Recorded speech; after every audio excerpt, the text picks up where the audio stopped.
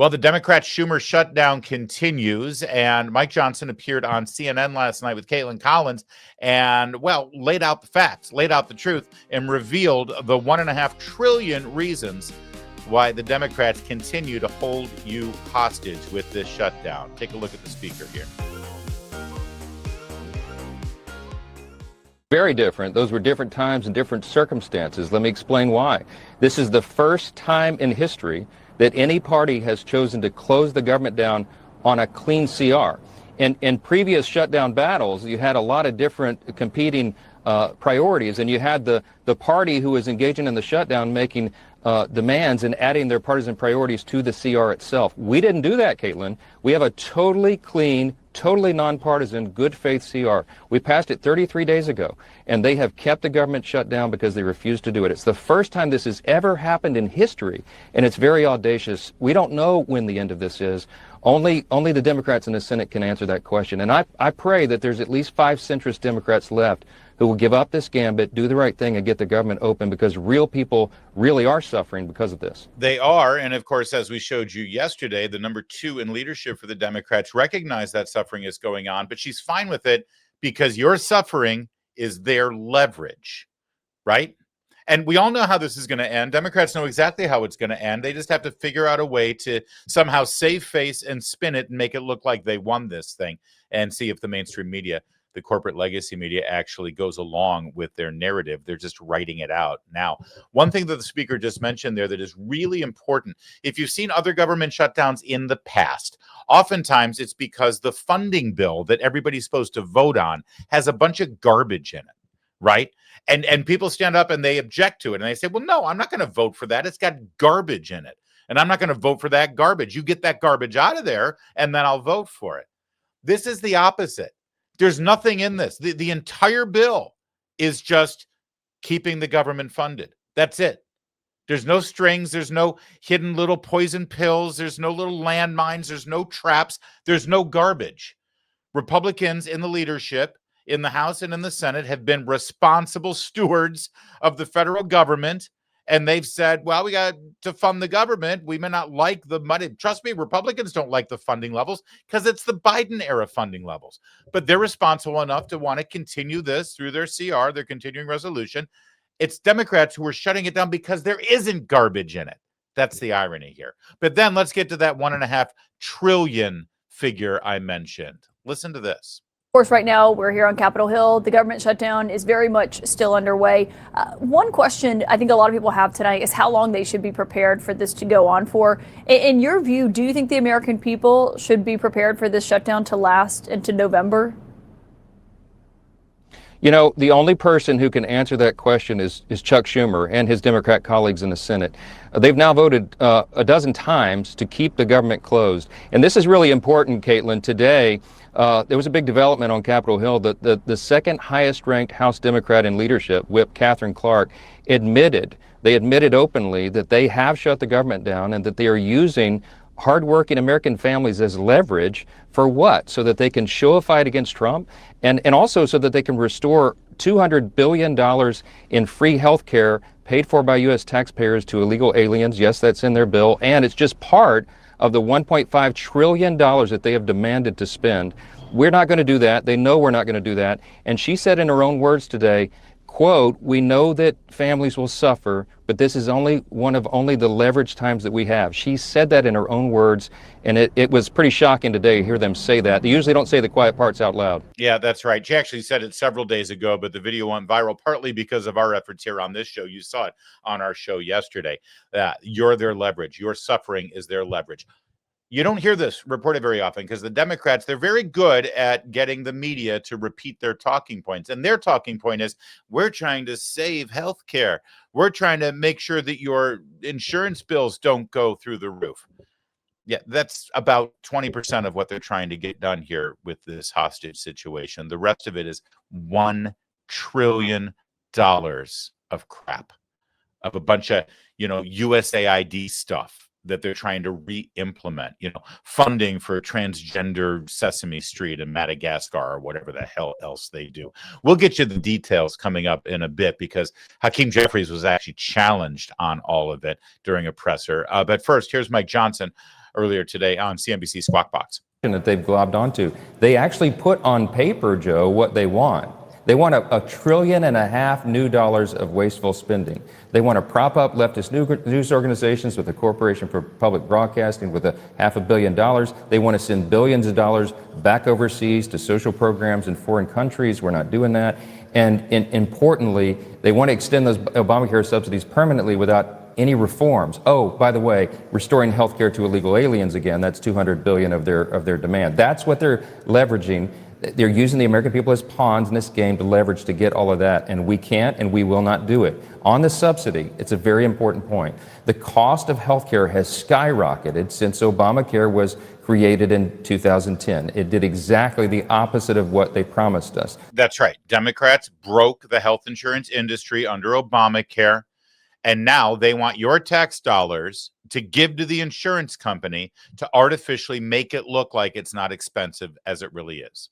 That's what they're demanding right now. And they have forced the government to shut down for that and for the other $1 trillion+ of laundry list things that they want to do.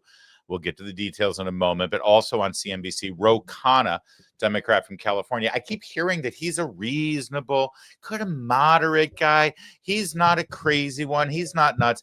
He toes the company line. He refuses to even admit that the Democrats are responsible for the shutdown when it's obvious to anybody watching that they are. Watch him lie.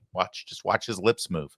He's lying. Will you break with the party and say this is wrong, that you're, really holding the government hostage to getting what they want? And it wasn't just the $340 billion that they want for the subsidies. They got a bunch of other stuff that they want for that raises it to $1.5 trillion. Will you say that neither party should be shutting the government to blackmail and hold the other party hostage? I agree. It's not that both parties. Don't give me that both. The only one is shutting it down now. That's right. Thank you. Yeah, both parties are Republican. No. There's only one political party doing this. I love how they're both siding this, but at least he went that far. See, the other Democrats won't even say that much. They'll say it's all the Republicans' fault. At least Ro Khanna is like, yeah, both sides are a problem. No, it's not. And you see, Kernan there on CNBC is picking up the Republican talking point on this because it's true. This is the $200 billion for your subsidies for insurance companies to keep health insurance artificially cheaper for the American people, even though you're using their tax dollars, which means you're taxing them and screwing them over and screwing the economy and increasing the deficit so you can make the insurance companies happy because they're in your back pocket ever since Obamacare. Yeah, that's only a part of it. $200 billion out of the $1.5 trillion. What else is in that? What other garbage are you demanding? Well, take a look at this reporter asking Hakeem Jeffries the same thing. Can you just speak to some of the programs that Democrats want funding for in the $1.5 trillion list of demands? We've heard things like $13.4 million for civic engagement in Zimbabwe, $3.9 million for LGBTQ democracy grants in the Balkans, things like this. You guys say this is about saving healthcare, but how do these pet projects fit we have no idea what you're talking about or what Republican extremists fed you those talking points. But the reality is what we are doing is defending the health care of the American people. Yeah, we do want to restore the fact that the largest cut to Medicaid in American history has been visited upon the American people by Donald Trump and Republicans, even though they promised to love and cherish Medicaid. But instead of doing that, they cut about $1 trillion from Medicaid. And as a result of that fact, hospitals, nursing homes, and community-based health centers are closing all across the country, including in Republican states like Georgia, like Alabama, and Republican states all across the country. And Republicans have visited the largest cut to Medicaid in American history on their own people. That's what we want to restore. We want to avoid the fact that because of what Republicans did in their one big ugly bill, what they did is to trigger the possibility of a $536 billion cut to Medicare, because Republicans have put a bullseye on Medicare and Social Security since those earned benefits were created. And yet we have a problem with the fact that Republicans want to devastate the Medicare of the American people And why did they do that? Why did they cut Medicaid by almost $1 trillion? Because they want to reward their billionaire donors with massive tax breaks. And they made those massive tax breaks permanent, while at the same time can't even be bothered to extend Affordable Care Act tax credits for working class Americans who are about to experience dramatically increased premiums, copays, and deductibles. The American people know that Democrats are fighting for them, for working class America, for middle class America, and for everyday Americans, and that Republicans continue to show up for the wealthy, the well-off, and the well-connected. Wow, that was compelling and really well said, wasn't it? Problem is, it didn't really answer the question. Let me just remind you what the question was. Can you just speak to some of the programs that Democrats want funding for in the $1.5 trillion list of demands? We've heard things like $13.4 million for civic engagement in Zimbabwe, $3.9 million for LGBTQ democracy grants in the Balkans, things like this. You guys say this is about saving healthcare, but how do these pet projects fit Yeah, we in? have no idea what you're talking about. Yeah, I'm sure you don't. I don't know, Hakeem. You're losing it. You're struggling. Can we get back to the good old days when you were a really effective communicator on behalf of the Democrats? You remember at the very beginning of the shutdown. See, they're like 3 weeks into it now, and he's lost his mojo. And I feel bad for him. So let's go back to the good old days. That first week, right? You remember. House Republicans shut the government down. Then they ran out of town. And for the last 3 weeks, they're nowhere to be found. That's what I'm talking about. That's my Hakeem Jeffries. That's all we've got today on the government shutdown, other than the fact that, Republicans continue to stay focused and stay resilient, and they're forcing the Democrats to continue to scramble, and the Senate will have another vote, and we'll see if they decide to stop messing around and actually fund the government. Or maybe they're going for a new world record. I don't know. The fact of the matter is it's not really affecting the executive branch of government, and Republicans are going to continue to chug along, and until it looks bad for them in the polls, the Democrats are going to keep doing this. But I will tell you this. There was a lot of thought that as soon as the government shut down, it would be the best thing that ever happened to Abigail Spanberger, the Democrat who's running for governor in Virginia, because you see there's a lot of government workers in Virginia. And so when people got furloughed and there was a government shutdown and it was going to be affecting people in Northern Virginia, that would help Abigail Spanberger and hurt Winsome Sears because she's a Republican, and it would be game over.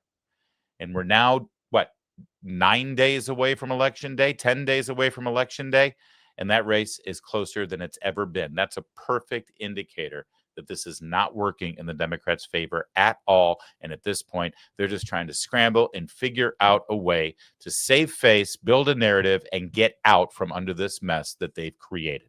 My suggestion, put on your sombreros and start dancing. I can't get enough. I'm sorry. I know it's gratuitous, but the sombrero and the Frito Bandito mustache is my favorite thing that's ever happened in American politics.